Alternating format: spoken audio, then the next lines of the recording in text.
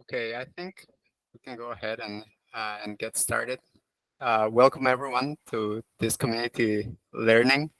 Um, we're very happy to have Daniela Alvarez hosting today. Um, she is a member of Landa's cohort 2. She'll be leading the session about fundraising. So thank you, Daniela, for joining. And a little bit of context about Daniela. She's the current chief of staff at Fairplay. And prior to that, she was an investment analyst and associate at Nazca. And she started her career in companies like General Electric and Ernst& Young. Has a lot of experience in financial models and fundraising. So in terms of structure, she has some general notes prepared, and then we have some prepared questions, but also feel free to leave any questions you have and in the chat, and we'll have a time at the end also for open Q&A. So, Daniela, thanks again, and I'll let you take it away. Thank you, Pedro. Thanks for the introduction. And yes, I'm Daniela. I'm Mexican. I was born and raised in Mexico City. I'm currently living in New York, for those who don't know. And yes, I'm also part of the Landa team, and the Landa community. I was part of the cohort number 2. So very excited to share with other members of the community my knowledge and something that can be helpful for you. So yes, as Pedro was saying, I started my career in venture capital at Nazca being one of the leading funds in Latin America. I started there when the fund was like a startup. Like I would say it was also like we were creating the fund from scratch. So everything was being created. We had to create like different processes. We had to create like all the structure on what are we going to see in the deals, what are we going to ask the founders, how are we going to get the analysis done. So very interesting experience, and I think that is one of the most valuable things that I wanted to share also with you today. That is like how entrepreneurs start doing their fundraising, or how to structure their fundraising in a way that they can prepare like a good storytelling for investors. And then, well, after my time in Nazca, I decided to go into the operating world. I wanted to also get to know what entrepreneurs were struggling with. So I started my operating experience in Fairplay as a chief of staff, where it was very, very interesting because I also was looking at like the fundraising things within the company, but with like being the company, not the investor. So that's also very interesting, and I think it's interesting to know both sides.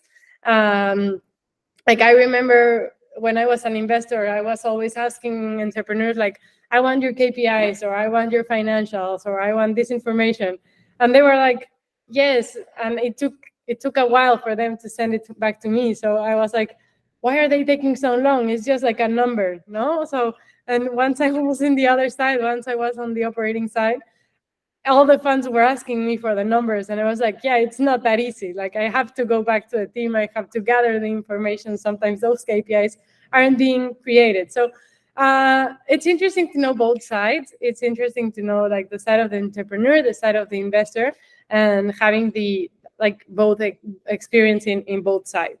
So what I wanted to start with today was like, how do you start fundraising, or how do you start, like if you have a company or if you are creating something and you want to go and reach out to investors.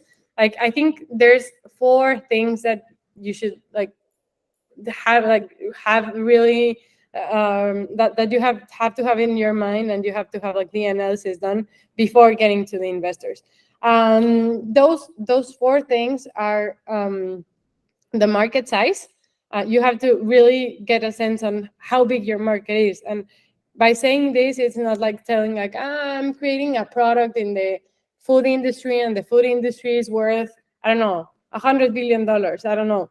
It's like selecting your market and going like deep down and saying, okay, so if I'm going to be getting all these customers, how much value can I add to these customers? Like creating your market size into your specific industry and your specific type of customer. That is one of the things that I always tell entrepreneurs. Like you have to have that number, and you have to create it like as much analysis as you need in order for investors to believe in that number. Because I remember when entrepreneurs came to me and say like, I'm developing this product and it's a like, I don't know, like $2 billion market, and I was like, yeah, but you're not going to go for the 2 billion market. Like you're just going to go for a percentage of it. So I think that's a way to measure it. Just like saying, okay, I'm going to go for this amount of the market, and this is the value of this amount of the market. So that is one of the things that like you have to have in mind. The second one is like the business model. And by saying the business model is not just like saying, okay, so I'm developing this product and this is what I have. No. So what you need to have is, I'm creating this product, I have this, I'm developing this specific thing that nobody is creating, or I don't know, or somebody else is creating, but mine is better because of this and this and this. Like you have to have like what it's called in Nazca, we used to call it the leading edge. And it was like, what makes you different, and what makes you, like, what makes the customer choose you against your competition. So I think that is one of the most important things. And most of the entrepreneurs struggle with this. Like they are like, I don't know, like, okay, so I have all these competitors and I have this business model, or I'm operating, I don't know, in this market. And sometimes they struggle with saying, okay, so I'm better because of this and this and this. So I think you have to have it very clear. And if you have it very clear, that's like a check. No? And then I think the other thing that is very important here is doing a unit economics analysis. And why do I say this? It's because investors are no longer going to put money on businesses that are spending too much or are not like being profitable in a way. So you have to measure like how much money you're going to get from one single customer. Like if I don't know, if I'm developing a software, like how many transactions do I need, or how many how many users do I need for the product to be profitable? So and also if you're doing like a transaction model, you have to be profitable in one single transaction. And like that means like how much is your product, like how much are the expenses worth for the company, and how much are they worth for like the revenue that you're getting. So you have to have that analysis very, very clear, because it's one of the errors I got a lot. And it's like, yes, I'm developing this product and I'm going to sell these. And you start doing the numbers as an investor, and you're like, no, this business is not like, they're not gonna be profitable in any way. So you have to have it very clear, and you have to also like be very like, I don't know, like you have to be like, you have to say that to yourself, like, if I'm developing this and I'm not gaining, like, I'm not being profitable, what should I do? Like, should I don't know, reduce costs, or what should I do in order to be profitable, increase my revenue? And yeah, you have to be honest with yourself and saying like, okay, this business is going to be worth it or not at the end.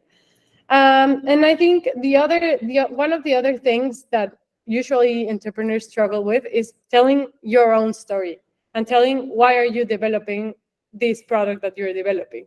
Because sometimes they are just like trying to say these things to entrepreneurs like, okay, so I'm developing this in this market and it's a huge opportunity, but they struggle with saying like, why are you the person that is going to be different, and why are you like different than your competitors? Like, why are you creating this, and why are you going to be better than like your other, like your competitors in a way? So and that means like I don't know, if you have previous experience in that industry, that adds up. Or if you have, I don't know, if you were an entrepreneur before, that also adds up. Like, you have to tell your story, and that's what investors want to hear. Like, they are going to put the money on the people, not the business at the end. So they want to get to know the people. They want to get to know what are your strengths, where are you struggling with. And also, I think one of the things that it's very important to also to know is that investors are there to help you, and investors are there for like adding value to your company. So you should also be very honest in saying like, okay, so I'm struggling with this, or I need help with this. Or I think sometimes entrepreneurs, they don't do it like this way. They're like, I know I can see how to do it, or I can handle it my own way. But sometimes investors can be very helpful, and also they have a lot of connections, so maybe they can connect you with people that have, I don't know, if you're looking for something very specific, they have someone that can help you solve a specific problem. So always go back to the investors, because they're at the end, they're very helpful. And I think those four things are like the things that you have to like keep a very close eye on. And yeah, once you have like everything figured out, or like all these points like figured out, and I think everything, like everything else will come on its way. And at the end, you're going to be creating your pitch deck, and like including all these 4 points. And I think one of the things that is very important for you to know also when creating a pitch deck is saying like, okay, I want to tell a story. Like, the pitch deck is just going to be there to back up my story, but you want to be there like saying like, this is the story of why I'm building this, or of this product that I'm building, or like, this is what I'm like, the company that I want to build. So you should always also think everything in like a, like if you're telling a story, like if you're writing a book, or if you're writing like, I don't know, like a script. And yes, like I think structuring those 4 points will be very, very important in order to like create a good story at the end. And also, I think sometimes entrepreneurs are like, they go to investors and they are like not very confident on like how to approach them, or how to like get to them, or like, and I think they are always like, the best way to approach investors is getting connections. Like, I think those people are like very into, this guy is introducing me to this guy, and I know this guy because, I don't know, he always is bringing in good deal flow. So try to get to the investors. If you have someone in mind, try to figure out like who can introduce to you to the investors, in order to get like a better understanding on the investors. And so I don't know if anyone has like any specific question on one of those 4 points that I just said. I think I just did like a quick, very, very quick overview on those 4 things. But sometimes there are specific questions, and I'm willing to answer them if you have any questions on that. I'll jump in first. I prepared a few. So I guess you touched on it a little bit, but I'm going to frame it a little bit different. What are some um, common mistakes that you saw from like pitches and startups that people wouldn't think they're mistakes, right? Like if I'm an entrepreneur, look, I have everything ready and I'm making like some sort of mistake while pitching or something that it's not so obvious. So that'd be interesting. Yes. So I think one big mistake that I got, like, and it was very, very often, is like when entrepreneurs were introducing themselves.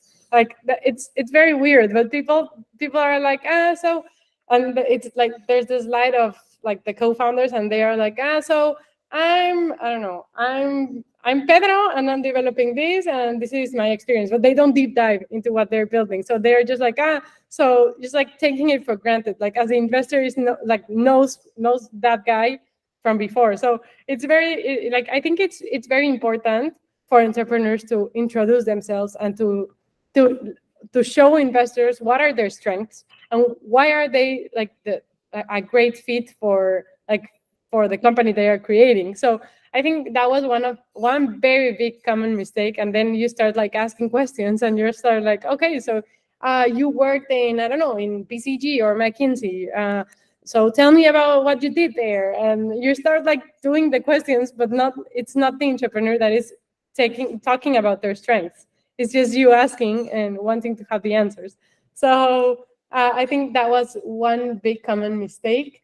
I think other mistake was also like not knowing like their financials, like, and you don't have to have like a very robust financial model, but there were some times that I saw entrepreneurs that they were like, so I'm going to charge $10 for this product, and I was like, okay, and how much is this product going to cost you? No, so I don't know, and I started doing the math, like from asking the guy how much it was going to be worth it, and he was not making money. So like you have to have the numbers clear, like at least something. So it doesn't have to be very robust, and you don't have to have like a 5-year model, and but you have to have clear like how much are you charging for the product or service that you're selling, and how much is it's costing you like as a company. So I think those two were very common. And I, as an investor, I see them very obvious, but at the end, I don't know. Being an entrepreneur, I don't know if they're like, this is very common or not. Thanks for that. That was very insightful. I have a couple more, but I'll let someone else jump in, and I can always come back. So anyone, feel free to ask Daniela a question.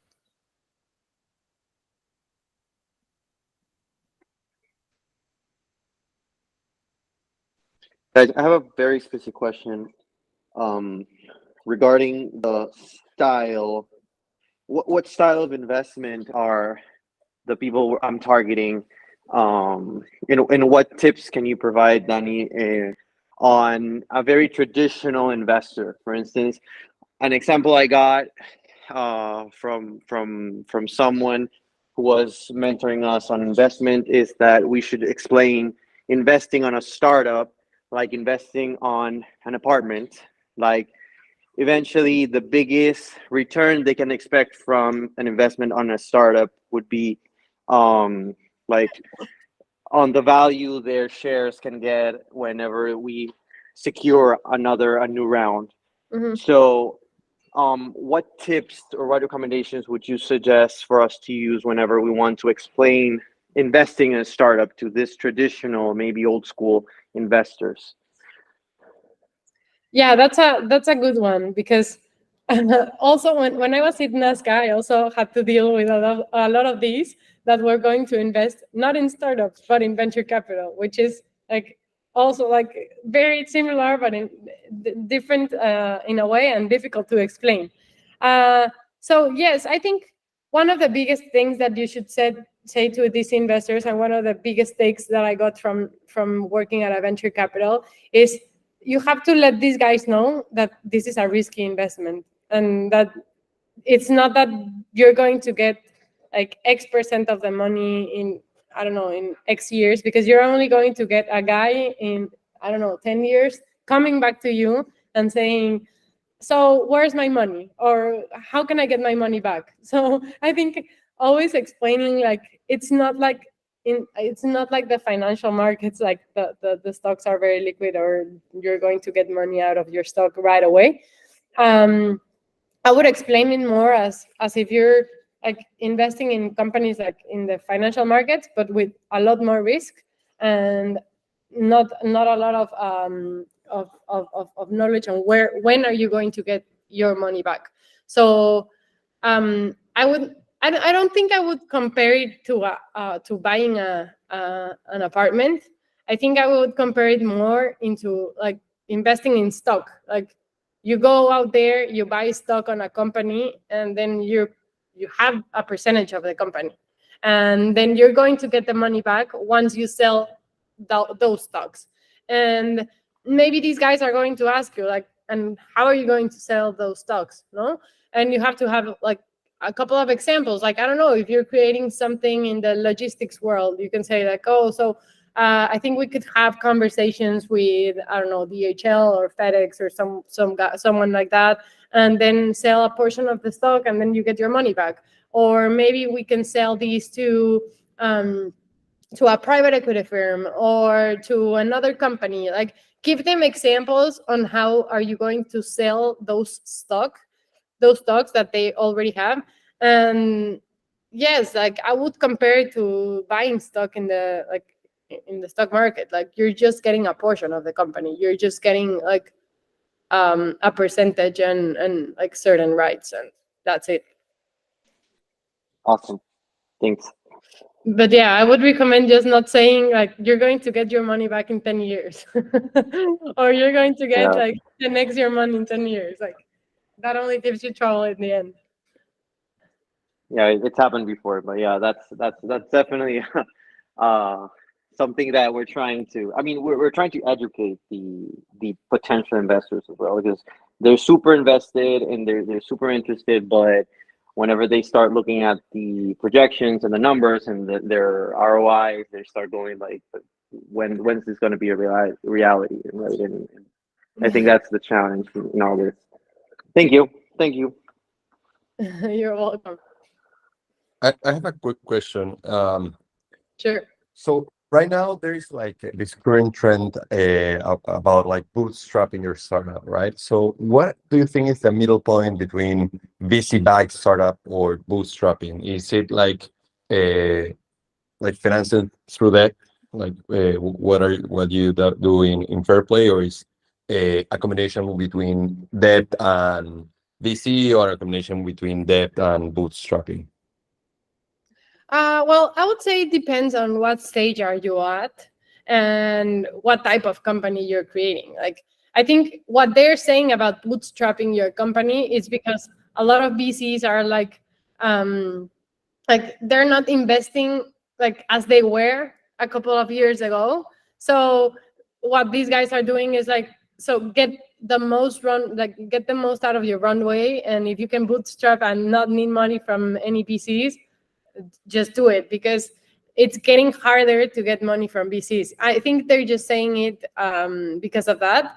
But also, like, I think, as I said at the beginning, like, it depends on the stage and it depends on the company that you're creating. I mean, in Fairplay, it made a lot of sense to raise money from debt, because at the end we were also lending money. So we were not going to lend from our balance sheet. It's better always to lend from someone else. So I would say it depends on the type of company that you have, on the stage you're at. And yes, I think like doing bootstrap, like doing your company bootstrapped, and like not really going for VC money, gives you like a lot more like, I don't know, like you can breathe more. It gives you more space for you to plan things, and saying like, okay, I have runway for, I don't know, 12 months, 24 months, 36 months, and being able to not need, like, to don't have the need to go to the markets and start talking to VCs right away, because you're running out of money. So I think the idea of having a bootstrapped company is just like that. It's just like being able to operate with your own money, and not being like in a rush to get money from VCs when like times are difficult. Thanks. And Jaime, maybe one little question before we move on to yours, just for people to like have these concepts clear. I don't know if Dani, you can maybe explain the difference between debt financing and equity financing. Sure. And when does it actually make sense to do or consider one versus the other? Sure. So I think there's three types of financing. Like, one is equity, which is going to a VC mostly, or going to investors, also angel investors, or like having people coming in and buying stock in your company. That's equity. Either it's a fund of people, a person, a group of people, like someone that comes in and buys stock. The other type of financing is the debt financing, that is going for a debt provider, someone that can give you a line of credit and that you're going to pay back with certain conditions and in a certain amount of time. So that's like the second one. That makes a lot of sense when you are doing a fintech company, for example. Also, like, it makes a lot of sense when you're sometimes when you're selling stuff, like, I don't know, like if you have an e-commerce, sometimes it also makes sense because you go with like, I don't know, you use the debt financing to buy, I don't know, to buy inventory or buy or invest in your marketing campaigns, and that gives you like a lot more runway and a lot more space to grow because you're not using your own money, you're using someone else's, and then you'll have to pay back, but it's like not using your own cash. And I think the last one is what Jose just said, that it's bootstrapping. And bootstrapping your company means like putting your own money, like actually putting your own money to the company and being able to create cash from the company and reinvest that cash into the company. So it's like a cycle. Like when you're bootstrapping, it's just like you're making revenue, you're making profits, and those profits are going again to the company. So you're like reusing the money in a way, and you're growing with your own money. So I think those are the three types of financing. And I think bootstrapping is the best because like you don't have to go to investors, and you can be like creating money and using that money, and then creating money and using that money. Sometimes not every company has like that amount of money, and they are not profitable since day one, so they cannot do that. I would say, like, yes, as I said, like venture debt or debt credit lines are very good for fintech companies, also for e-commerce companies, I would say. And equity, I mean, equity, it's for everyone. It's just a little bit more difficult to get.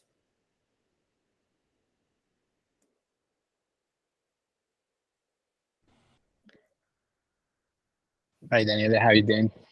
Thanks um, for this time for us. Um, I'm thinking of raising capital. I'm just starting like with this uh, pre-seed idea, and before I have invested like in 3 startups, and 2 of them I was an angel with a cap amount, and in the third one I signed a safe, uncapped, but with a discount. Mhm. So from a VC perspective, is there anything to worry about in the way that you raise the money of your angels? For example, a few of them are with a cap of X, and other of them are uncapped with a discount or something like that. Or for the VC, that doesn't matter at all whenever you are gonna go with an institutional VC. Because from my perspective, obviously, I invested in this founder because he's a serial. He had 3 exits, so like he had like a lot of reputation. So I decided to move on with the discount and cap safe. But with the other two, I asked for this cap. But from the other side, whenever they go to the VC, I'm not quite sure what happens next. Yeah. What's your experience about that? Yes, so just to give like a quick like, I don't know if everybody knows what a safe is, but like a safe is an instrument to raise money. It's an agreement that was made by Y Combinator. It's like a standard document, and it was made for entrepreneurs to raise money like quicker, because it's not that you're getting equity right away. It's like the company is promising you that you will have equity once they raise an equity round. So you have like a note saying, okay, so you're going to get X amount of shares once we raise our equity round. And then what Jaime was asking is about the caps. And the cap is like the valuation at the end. Like it's like saying, okay, my note will be worth, I don't know, like the cap is, I don't know, $10 million. So $10 million is the valuation on how much, how many shares you're going to get once the company raises the equity round. So I just wanted to give context to everybody what was a safe. And to your question, Jaime, I think from from an investor perspective and from an investor standpoint, I think when you're looking at a company that has a lot of angel investors that came in or a lot of safe notes that are outstanding, what you don't want is the founder to be very diluted. Like you don't want those safes to be diluting the founder too much. So I think the only concern as an investor would be that, like saying, okay, so this guy raised, I don't know, like he gave, I don't know, I'm going to give a very silly example, but I don't know, he gave 50% of his company to the angel investors. Like if you're an investor, you would say like, what did he do that? Like that doesn't make sense. So as an investor, you have to come in and you have to restructure everything. And then the founder has to go back to his investor and say like, oh, okay, I got these guys telling me that I did this wrong and I have to restructure everything. So I would say that as an investor, your only concern is that the founder is diluting too much. So it doesn't matter if the cap is, I don't know, it doesn't matter if he raised caps at different valuation, if he raised safes at different valuations, or he has one uncapped and the other 7 capped. It doesn't matter if the founder is not diluting himself that much. So I would say investors, the investor standpoint is just looking at the founder, not at the angel investors. Okay, and from your perspective and experience, is that common to raise money with uncapped safe, or is more common to put the caps? Well, it's more common to put a cap, to be honest. Like I think investors at the end, they are coming in, like what happens with a cap and a non-capped, just to give like a context on that. If you don't have a cap, then your money is going, like you're going to buy shares at the price per share of the equity round. And when you have a cap, you're going to buy shares at a price that is less than the price per share of the equity round. So investors usually cap their safes because they're coming in earlier and they are giving money earlier. So they want to have like a discount on, like they want to be able to buy more shares in the equity round because they are going to buy at a less price. So when they have it uncapped, they don't have like any benefit at the end. Like it's better for the founder, but it's not better for the investor. Okay, thank you. Yeah, in my case was an uncapped with discount, and this founder was like starting with a 30% discount, then moving on 25%, 20, until he finally raised the round up. But I got it. Thank you, Daniela.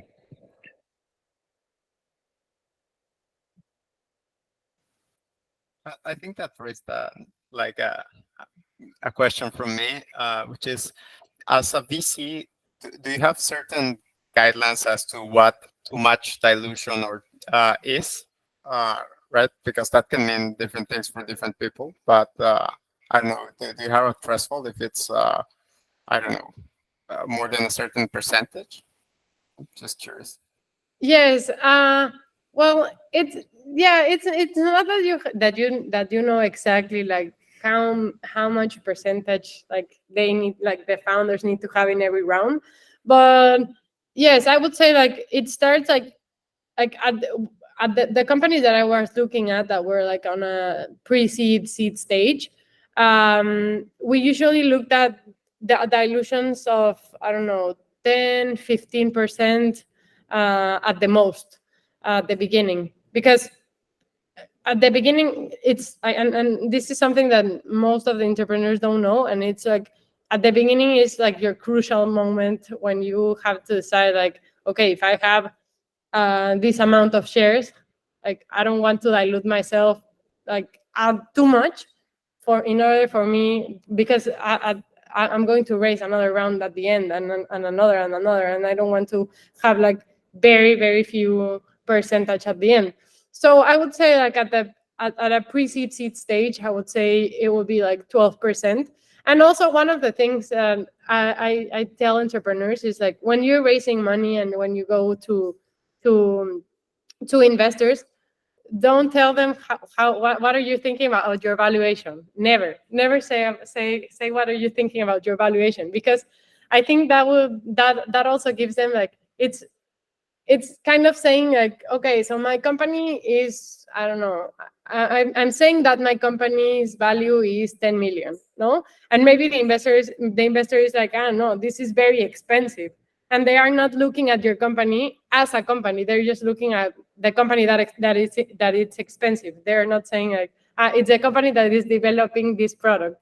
So I would always recommend, and I always say to investors, like, when investors ask you like how much your valuation is or how much your company is worth, just say like, we're looking for a standard dilution at this stage, which they already know what is. Like, they already know that they can offer you like 10-15%, because they also don't want you to be that diluted.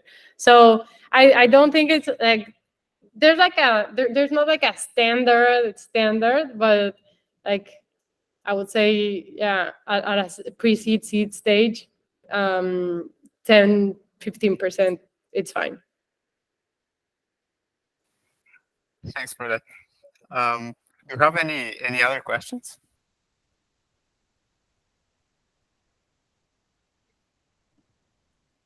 If nobody has one, I'll take one more. Dani, thanks a lot for the chat and the insights. I guess a lot of folks here maybe have also started developing their private portfolios, including Jaime, who told us.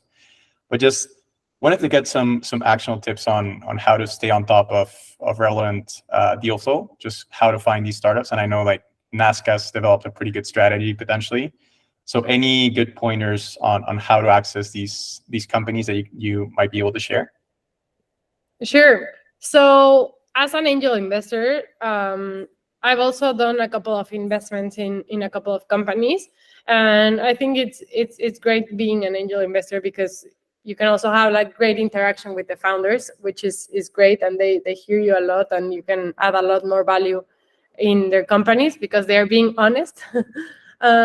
So I would say like, I don't know, like go to events, start to get to know people in the venture world. Like it's the venture capital and the startup world, it's all about connections, and it's all about like getting to know people and going to events and getting to know and getting like on top of people's minds, and people saying like, this guy is an angel investor, and this guy is I can introduce him to this guy that is creating this product. So try to go to different events to get to know people from different, like, I don't know, funds or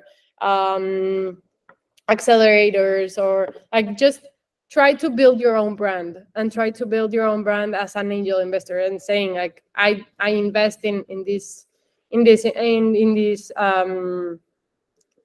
companies, or I make these types of checks, or this is where I can add value. So just try to like increase your presence in like the PC world or the startup world, like I don't know, like just getting to know people. Amazing. And maybe taking it from the other side, Dani, what would you look for in an angel investor or a traditional investor if you were to raise money yourselves? Just based on past experience, like any pointers on how to pick investors correctly?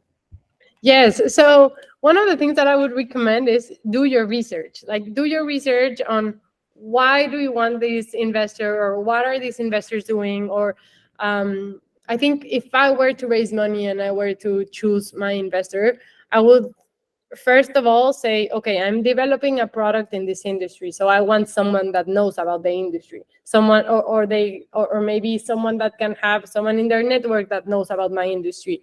Like I would ask them, and I would be very honest and saying like, so you're saying you can help me, like what specific things can you help me with? Like I would really want to know what these guys are going to bring into my company. How are they going to be like there for me, like in the good times but also on the bad times? I think entrepreneurs sometimes are like, okay, everything is going to be great and you're going to be a great investor because you're going to react in an amazing way because everything is going to be great. But also I would ask the funds, like what if something goes wrong, or what if like we're having some to struggle with something, or like just something is going wrong, how would you react, or what would be your like opinion, or would you be there if it's like a bad time and also a good time? So I think those are the things that I would like take a look at. Just like get people that are like very helpful to my company and the specific industry or product or whatever I'm developing. Ask them what like the specific things they can do for me and what happens if something goes wrong. And also talk to the to other entrepreneurs on their portfolio, like that would give you also a lot of information on the investors. Amazing, thank you. Any other takers? Otherwise, I have one more, but I'll leave some space.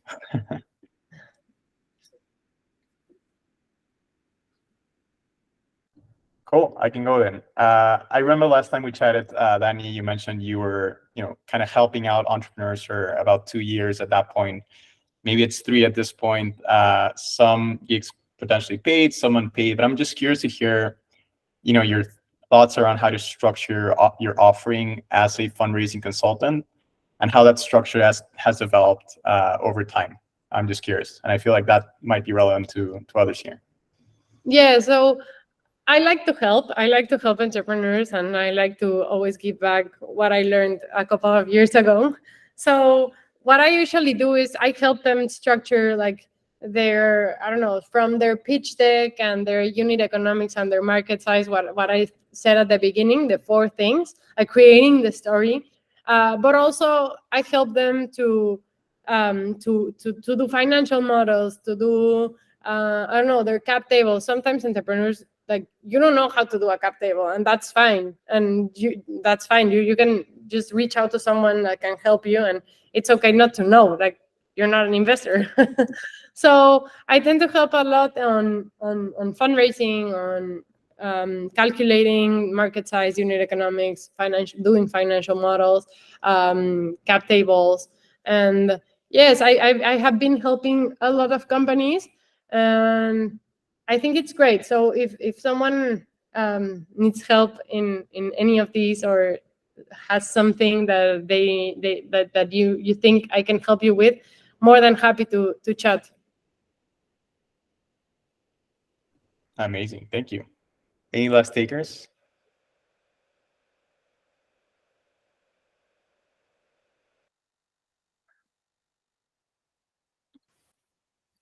Well, I guess not. Thanks, everyone, for joining today. That was a great session. Thank you again, Danny. Super insightful, and we hope to have more of this soon. And as Danny said, like, if any of you need help with all things fundraising, you can reach out to her. And that's it, guys. Have a good one. Thank you, everybody, for joining. Thank you so much. Thank you so much. Bye. Hey, everybody, have a good night. Bye, Daniela. Thank you so much.